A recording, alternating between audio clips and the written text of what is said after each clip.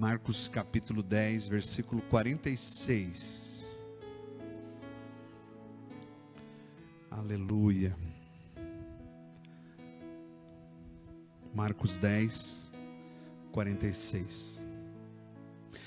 Então chegaram a Jericó.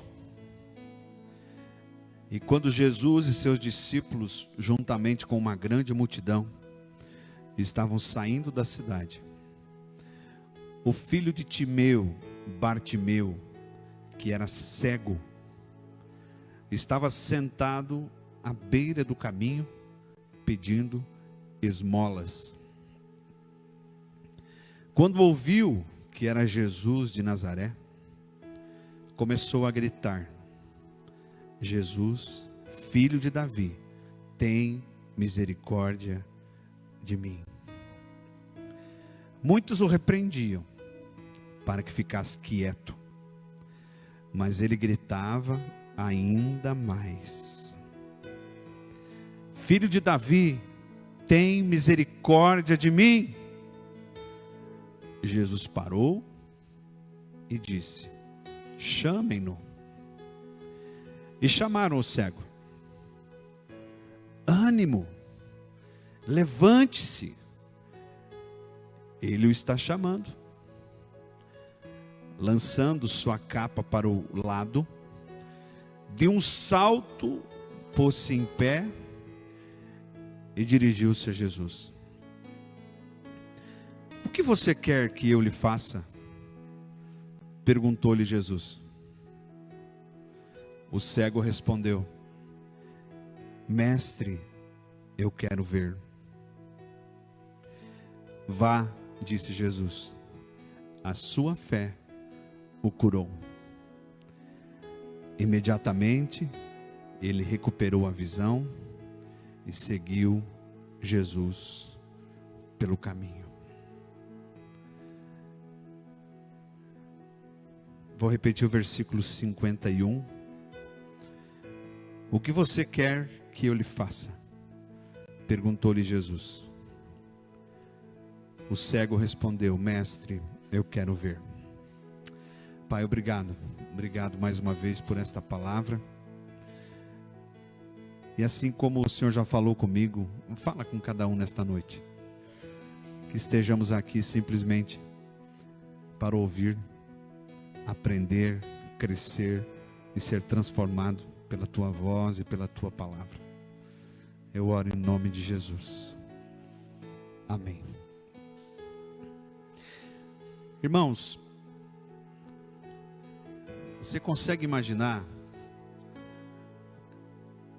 esse episódio? Você é daqueles, se você não é, eu quero dizer como eu sou. Você é daqueles que está lendo a Bíblia e está viajando. Você faz isso, Jorge? Fica viajando, imaginando como é que será que era a cidade, não é, Everaldo? Como é que será que ele estava sentado, não é? Imagina o tom de voz: Jesus! Jesus! Filho de Davi! Tem misericórdia de mim! De novo, e não parava. Sabe aquele dia que você quer dormir, Paulo, e tem aquele cachorro do vizinho? E aquele cachorro não para e você quer dormir. E Jesus, ele estava passando ali pela cidade e tinha muita gente com ele, talvez muitos fariseus, mestres da lei, muitos discípulos, pessoas importantes da época, e tinha um lá. Jesus! Jesus! Aí quando o cachorro do vizinho acoa, você vai na janela. Eu já fiz isso tantas vezes. Você vai na janela e fala: psst, psst. Lá em casa a gente fala: Poli.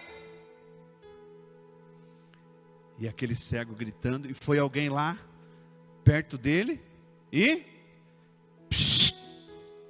Você pode fazer assim: psst, psst. Fica quieto. Para de gritar. Você é só um cego. Você nem no templo não pode entrar. Você não pode entrar nem lá para adorar. Você é cego. Para de incomodar o mestre. E a Bíblia diz, Jever, que ao invés dele ouvir o psst, mais ainda ele gritava: Jesus! Jesus, tem misericórdia de mim. Irmãos, escute. Ele era cego, mas ele falava e andava.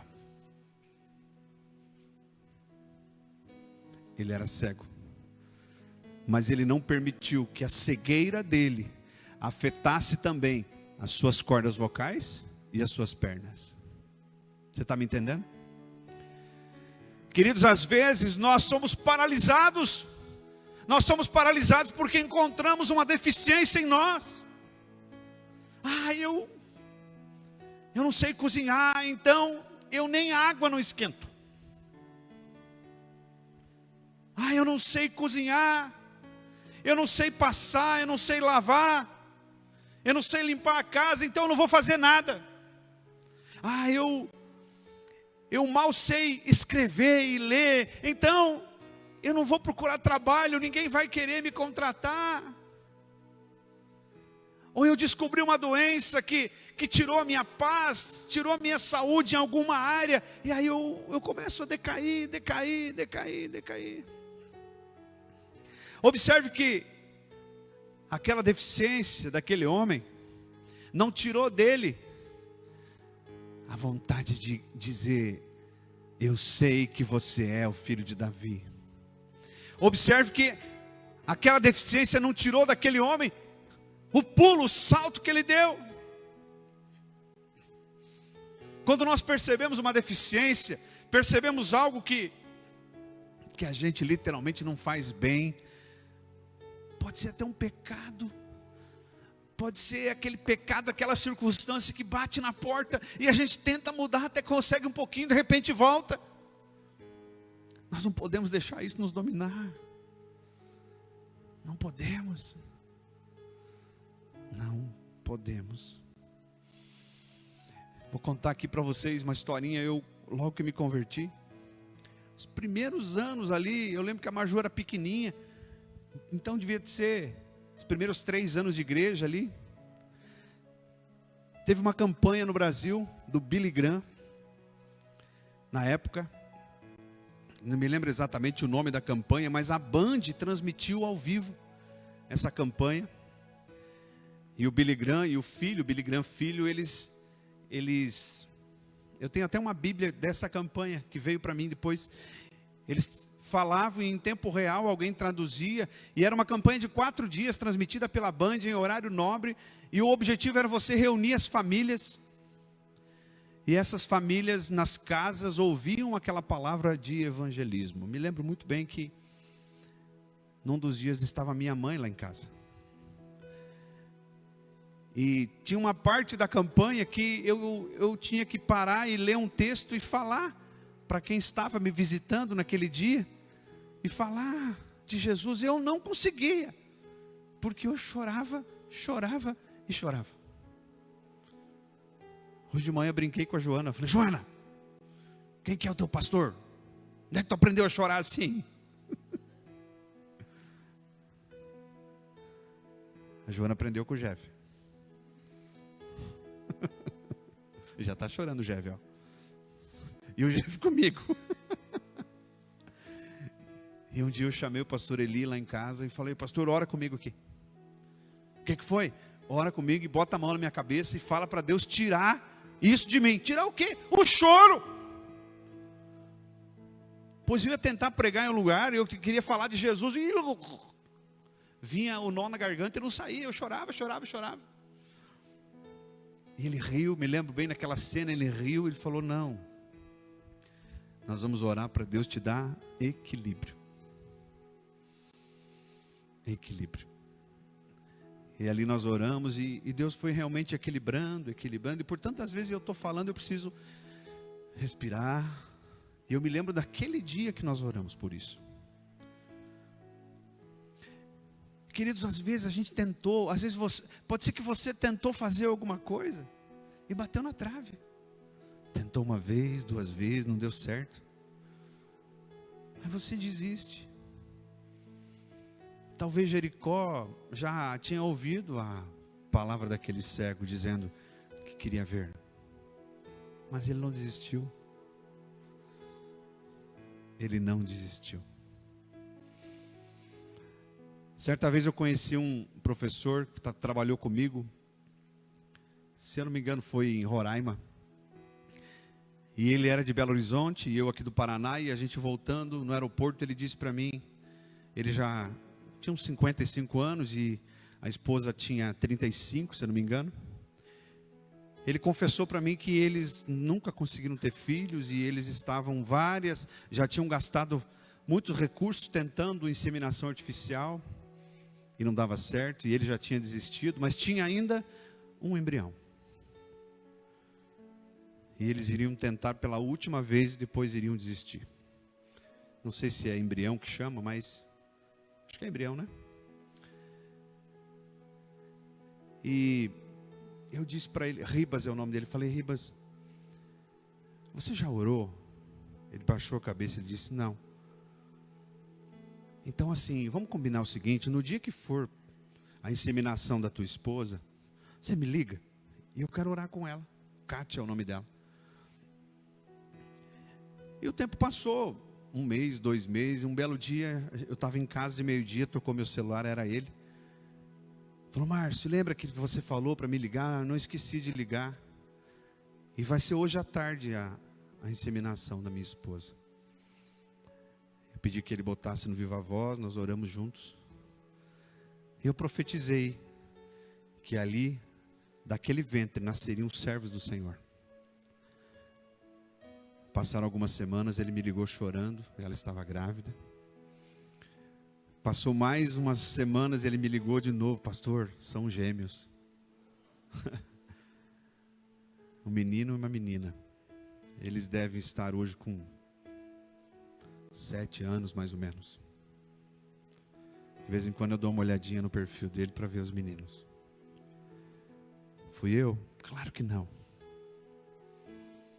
Eu apenas coloquei no coração deles, Everaldo, que eles não deveriam desistir. E eu creio que esse casal de gêmeos serão servos do Senhor. Bartimeu tinha tudo para desistir.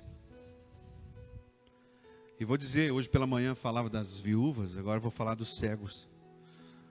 Hoje, não só no Brasil, mas em boa parte do mundo, dependendo da deficiência, existe um amparo dos programas sociais. Mas naquele tempo, o único amparo que ele tinha era uma capa. Se você for ler os livros de história, os livros contam que a casa do cego era a capa. E a capa, característica de cego ou característica de aleijado, ele se protegia ali na beira do caminho e essa capa o caracterizava como alguém que tinha o direito de esmolar, de pedir esmola. E observe que quando ele grita, ele está com a capa. Mas quando Jesus fala, vem, chame ele. E alguém chega para ele e diz, ânimo, ele está te chamando. A Bíblia diz que ele deu um pulo, ele deu um salto e jogou a capa para o alto. Aleluia. Aquele cego, mesmo sendo cego, ele enxergava muito mais do que muitas pessoas. Aquele cego, mesmo sendo cego, ele nem imaginaria, Jorge, que Paulo escreveria depois. Provavelmente Paulo, que escreve aos Hebreus, dizendo que a fé é a certeza das coisas que se esperam e a convicção de fatos que não se veem. Se ele não tivesse recuperado a visão, ele precisaria ter pego na mão de alguém e dito assim, você pode me ajudar a procurar minha capa? Mas quando Jesus chamou ele, lá no seu coração, invadiu a certeza de que ele não precisaria mais da capa de cego. Vocês estão me entendendo? Irmãos, cada um de nós, algum dia, num momento da vida, precisou ou vai precisar de um milagre. Você sabe muito bem o que é isso, né, Mari? Um milagre, uma intervenção de Deus, só vai ser milagre se houver algo impossível. Senão não é milagre. Então, antes do milagre, precisa acontecer algo impossível. Bartimeu, ele alcançou o milagre. E ele nos dá uma dica muito importante.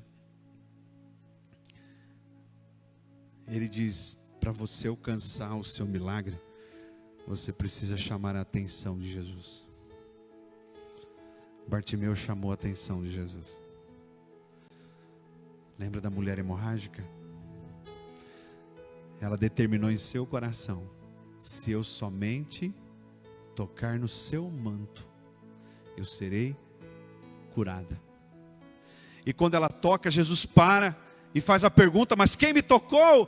E os discípulos falam, Jesus, tem centenas ou dezenas, ou talvez até milhares de pessoas aqui à volta, e você pede quem tocou? Em outras palavras, Jesus diz assim, alguém me chamou a atenção. Alguém me chamou a atenção. Bartimeu chamou a atenção de Jesus. Você pode levantar sua mão e diga, eu preciso chamar a atenção de Jesus. Eu separei aqui cinco homens da Bíblia que chamaram a atenção de Jesus. No caso de Jesus ainda com o Senhor, não se feito homem ainda, para 3 ou 4, e um quando Jesus já havia ressuscitado. Abraão chamou a atenção de Deus pela fidelidade. O Senhor fala para ele, Abraão, vá para o monte que eu vou te mostrar, e lá você vai sacrificar o teu filho, teu único filho. Eu às vezes quando vou ler esse texto de Gênesis, eu começo a chorar, chorar de agradecimento, porque Deus não me pediu isso. Você que é pai, você tem ideia desse pedido?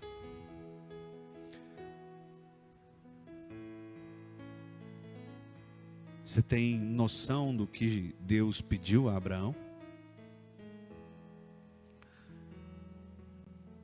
Abraão não tentou negociar. Abraão não tentou dizer, Deus, acho que o Senhor podia pegar mais leve. A Bíblia diz que ele se pôs a caminho. Levou até a lenha para o holocausto. Ele chamou a atenção. É só fazer um comentário aqui, e eu me incluo nesse comentário. Quando a gente fala de fidelidade, queridos, nós falamos de todas as áreas da nossa vida. Essa semana eu estava dando aula online, e numa das disciplinas que eu ministro lá na UTF, uma das disciplinas chama-se Gestão do Relacionamento com Clientes e Fornecedores. E a essência dessa disciplina é uma técnica chamada CRM. CRM é uma sigla inglesa que significa Customer Relationship Management. Traduzindo, a gestão do relacionamento com o cliente. E uma das áreas dessa disciplina trata da fidelização de clientes. Eu ali dando aula, e sempre que eu vou começar uma aula, eu oro, falo, Senhor, me usa de algum jeito. E quando eu comecei a ministrar, eu olhei para minha mão, Deus falou, fala da fidelidade no casamento. E eu coloquei aqui o meu dedo com a aliança em frente à câmera. E comecei a perguntar para os alunos, o que é isso que eu tenho na mão? Um falou um anel, de repente um falou uma aliança. Eu disse, no dia em que eu coloquei esta aliança, ou esta aliança representa para mim um sinal de que eu tenho dona. A minha esposa tem também uma aliança. E é um sinal de que ela tem dono, mas não no sentido literal da palavra. Não significa que eu comprei a minha esposa, ou ela me comprou, ou se eu trato ela como um negócio ou como um produto. Não. É um sinal para mim e para quem olha para mim. É um sinal para mim, porque quando eu olho para minha mão, para minha aliança, eu lembro que um dia eu disse para ela: eu vou ser fiel a você.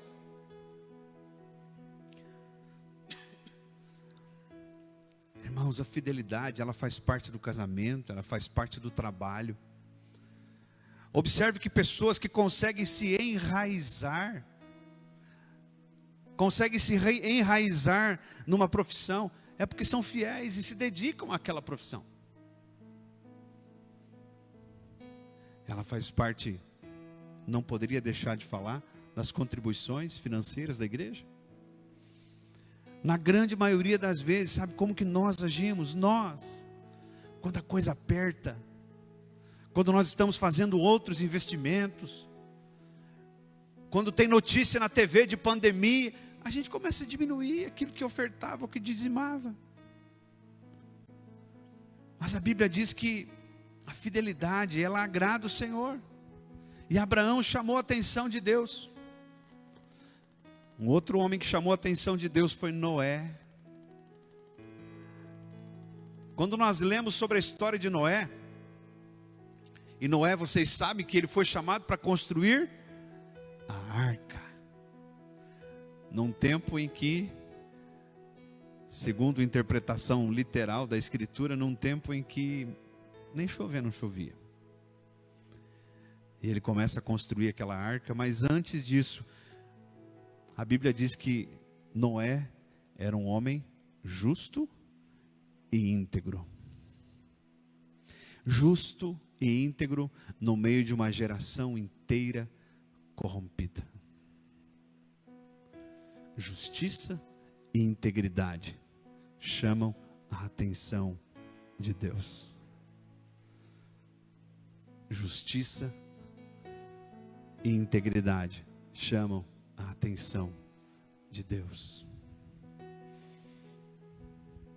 Bartimeu gritou. A gente pode até gritar também. Nós podemos jejuar, nós podemos andar de joelhos e fazer com que o nosso corpo seja dilacerado. Nós podemos fazer promessa. Nós podemos olhar para o Senhor e fazer um pacto com o Senhor. Mas, querido, se nós não formos justos e íntegros, de nada vai adiantar o jejum. Nada. Se nós não formos fiéis, justos e íntegros, e aí eu vou falar de Eliseu. Eliseu estava lá lavrando com 12 juntas de bois. Certamente ele tinha muitos funcionários, ele tinha pessoas que o ajudavam. Aí chega Elias e joga a capa. A Bíblia diz que Eliseu, ele matou os bois. Eliseu sacrificou os bois e com o aparelho dos bois, ele preparou aquela carne. E ele disse para Elias: espera eu só me despedir dos meus pais. Eu vou beijar os meus pais. Jesus, ele conta uma outra situação num dos evangelhos que diz: eu vou primeiro, quando ele chama alguém, aquela pessoa diz: eu vou primeiro sepultar os meus pais. Mas Eliseu não fez concessões. Eliseu simplesmente foi. Um tempo atrás eu ministrei aqui. Não foi aqui, foi no outro prédio que a gente estava. Uma palavra sobre barcos arrastados ou afundados. Alguém lembra disso? E talvez seja o momento de trazer de novo essa palavra. Você lembra que Jesus, quando pediu o barco de Pedro emprestado, a Bíblia diz que Pedro, Tiago e João arrastaram os barcos na praia, deixaram tudo ali e o seguiram. Foi assim? Aí lá na frente, quando Pedro nega Jesus, Jesus ressuscita, aparece para eles, e um dia Pedro fala assim: eu vou pescar. Aí João e os demais dizem: nós vamos também. E eles foram pescar e novamente não apanharam nada. Tem um sentido profético nisso. Eles voltaram a pescar porque os barcos não foram afundados, eles foram arrastados.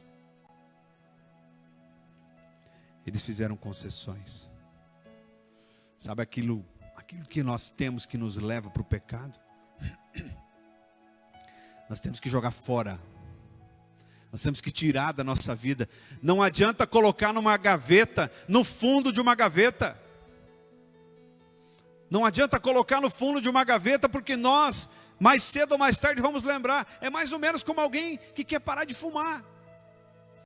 Essa pessoa fala assim: eu quero parar de fumar, não quero mais fumar. Ao invés de jogar o cigarro fora e não comprar mais, ele vai lá e coloca em cima da geladeira. O mesmo que ele coloca numa gaveta. Eu me lembro que também nos primeiros tempos de conversão, eu tinha guardado em casa muitos litros de uísque. Ganhava dos meus alunos. Não me lembro as marcas, mas eram uísques caros. E eu me lembro muito bem do dia em que eu abri todos eles e derramei no ralo. Porque talvez se eu tivesse guardado, talvez um dia de angústia eu teria ouvido uma voz que teria dito assim: vai lá beber um golinho. Só um golinho. Tem aquela música do Chitãozinho Chororó. Não vai cantar não, Maju.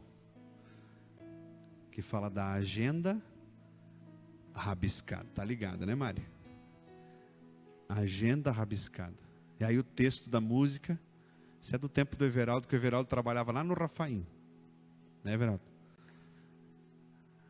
Na letra da música diz que quem quer esquecer não rabisca a agenda, mas rasga. De vez em quando eu ouço aquela música no rádio, eu me lembro.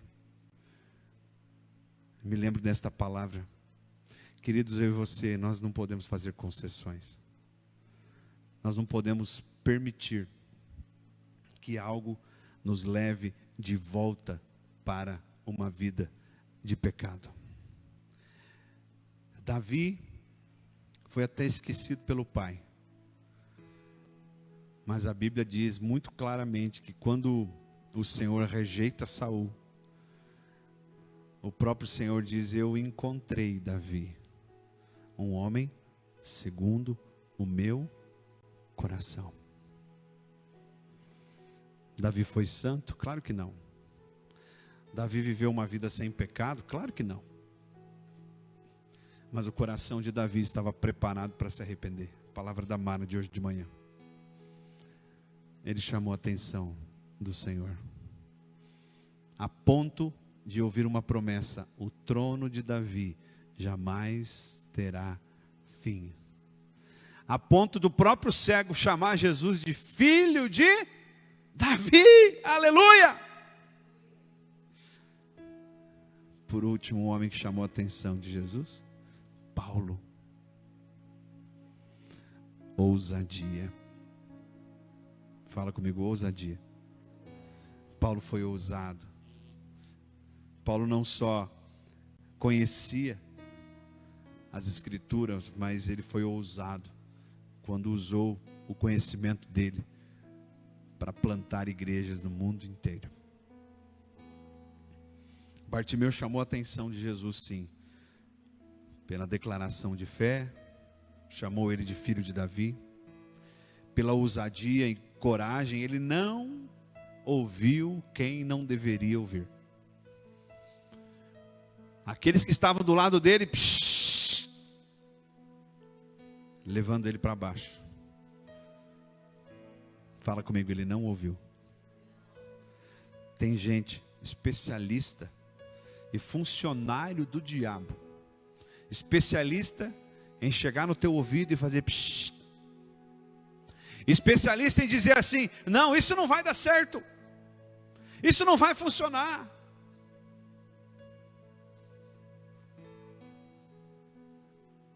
Essa semana ainda, não sei quem que estava comigo no carro, nós passamos aqui numa empresa aqui em Missal que fechou, abriu há pouco tempo, e a gente comentava, talvez muitos negócios não vão para frente, porque as pessoas não acreditam. Eu me lembro que, quando nós viemos mudar para cá, algumas vozes muito próximas, não membros da igreja, mas algumas vozes próximas, algumas pessoas da redondeza, me disseram assim: mais uma igreja? Mais uma? Outra vez eu ouvi uma frase: está tendo mais igreja que boteco. Você já pensou se nós dessemos ouvidos? Ou se aqueles que são chamados para levar uma mensagem dessem ouvidos? Queridos, a mesma coisa fez Bartimeu. Ele não ouviu aqueles que queriam levá-lo para baixo. Ele poderia ser cego, mas os seus ouvidos, entre aspas, enxergavam muito bem. Bartimeu chamou a atenção de Jesus pela fé. Ele jogou a capa, ele se desfez. Bartimeu chamou a atenção de Jesus pela sinceridade. Pastor, como sinceridade? Quando Jesus pede para ele: o que queres que eu te faça? Ele fala: eu quero ver. Eu não quero ficar assim, eu não quero continuar cego, eu não quero morrer desse jeito. Vá para o seu quarto, seja sincero com o Senhor. Essa semana mandei um áudio aqui no grupinho da igreja, lembrando de um versículo lá do sermão de Jesus, das bem-aventuranças, quando Jesus diz: felizes aqueles que choram, pois serão consolados. Não tenha medo de se derramar, não tenha medo de abrir o teu coração, não tenha medo de falar: eu sou cego, eu sou deficiente. Não tenha medo de dizer: Pai, o Senhor sabe de todas as coisas, mas eu preciso declarar, eu preciso que a minha língua confesse, eu preciso que saia da minha boca qual é a minha deficiência. Sinceridade comigo e com Deus. Eis um grande segredo. Eu já estou indo para o final, mas eu quero que você que está com a Bíblia aberta, leia comigo o versículo 36 do capítulo 10 de Marcos. 36 e 37. Marcos 10, 36 e 37. Diz assim: o que vocês querem que eu lhes faça? Perguntou ele. Eu vou ler o 35 também. Nisso Tiago e João, filhos de Zebedeu, aproximaram-se dele e disseram: Mestre, queremos que nos faça o que vamos te pedir. E Jesus então diz: o que vocês querem que eu lhes faça? Perguntou ele. Eles responderam: permite que na tua glória nos assentemos um à tua direita e o outro à tua esquerda. Agora, o versículo 51, Jesus faz a mesma pergunta para Bartimeu. Mesmo. Jesus pergunta: o que você quer que eu lhe faça? E Bartimeu então diz: eu quero ver. Irmãos, eu não sei se no dia que nós chegarmos no céu, nós vamos enxergar Tiago e João, um à direita e outro à esquerda, mas eu vou chutar aqui. Eu acho que não. Jesus inclusive diz: isso não cabe a mim, não sou eu que posso dizer. Mas numa interpretação, talvez nas entrelinhas, nós percebemos ali Jesus dizendo: vocês pediram uma coisa não muito boa. O que depois Tiago vai dizer: vocês pedem e não recebem, porque pedem mal, para esbanjar nos vossos prazeres. Mas de repente vem um cego e Jesus olha para ele e fala: o que quer que eu te faça? E o cego diz: eu quero ver. E Jesus diz: vá, a tua fé te curou. Irmãos, muitas vezes essa pergunta de Jesus chega aos nossos ouvidos, não porque Ele não sabe o que nós precisamos. Porque quando nós declaramos, quando nós falamos, quando nós colocamos para fora aquilo que nós queremos, nós estamos assinando uma declaração de humildade ou de orgulho. É por isso que Jesus, ele olha e fala: o que você quer? Você lembra do tanque de Betesda? Mesma coisa. Veio a palavra de desculpa, e Jesus simplesmente fala para ele: pega o teu leito e vai embora. Eu quero encerrar esta palavra fazendo uma pergunta para todos nós nessa noite. O que eu estou fazendo para chamar a atenção de Jesus? Irmãos, isso talvez não tenha a ver com salvação. Isso tem a ver com tomar posse da terra e viver uma vida cheia de paz, de alegria e de esperança. É claro que existe um sentido espiritual por trás da cura daquele cego. Quanto mais eu grito, quanto mais eu me esforço, quanto mais eu me dedico, quanto mais fé eu demonstro, mais cedo talvez eu vou alcançar aquilo que eu procuro. Porque aquele que bate, a porta é aberta. Aquele que procura, acha. Mas eu preciso encontrar a área da minha vida que está chamando a atenção de Jesus, ou talvez descobrir se tem algo que ainda me falta. Cada um de nós tem as suas potencialidades. Cada um de nós conhece perfeitamente como nós somos quando ninguém está olhando. E por último, existe alguma cegueira na nossa vida? Existe algo que eu acho que eu estou enxergando, mas não estou? Quando Paulo vê a luz, a Bíblia diz que ele passou um período cego, e quando Ananias foi orar com ele, caíram dos seus olhos algo como escamas. Talvez eu e você ainda precisamos de uma oração e de uma confissão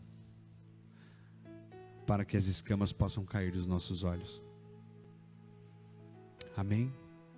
Quero orar com você. Você pode ficar em pé?